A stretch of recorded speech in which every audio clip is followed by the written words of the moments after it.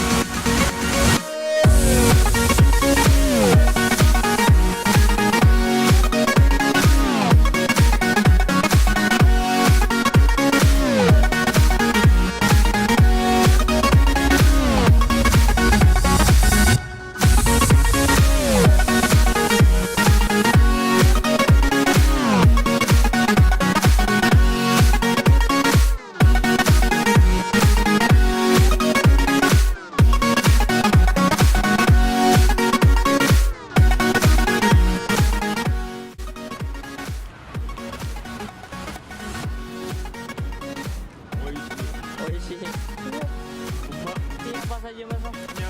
Mangkok. Musinya kungko.